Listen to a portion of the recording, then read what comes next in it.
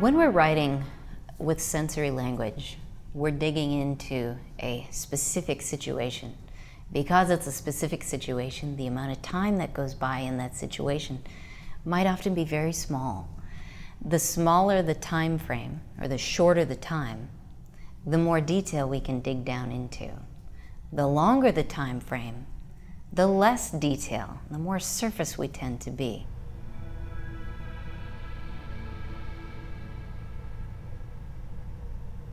When we write a song, we often find that the verse starts at the height of the emotion, the moment that describes the intensity of the problem or the most elevated feeling of joy.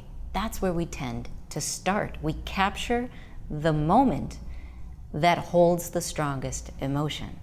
And so it can be more effective in a verse section to describe a single moment instead of a string of moments. If you look at some of the songs you've written, you might notice that they're describing a lot more string of moments, so in other words, a lot of plot, rather than one moment in great detail.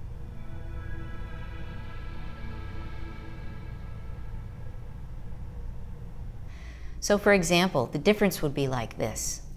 When we met, we walked hand in hand. Things were great back then. The trees lost their leaves and winter came, and that's when it all fell apart. Do you notice how much time passed in that section of lyric that I expressed? We met, things were great, we fell apart. In just 5 or 6 lines, I managed to tell an entire song. The emotion you felt was probably next to nothing because I didn't allow you into the experience. Let's contrast that with using a single moment.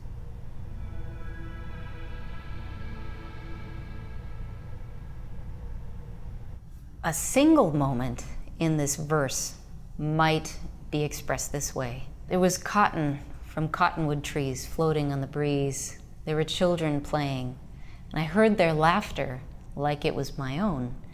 And I saw you walking 10 feet in front, and I thought to myself, what a beautiful world.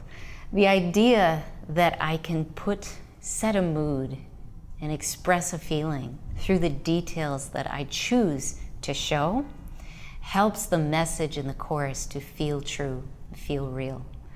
And so the small moment is often much more effective at getting the listener to believe and feel than a string of moments that stay on the outside of the surface of the experience.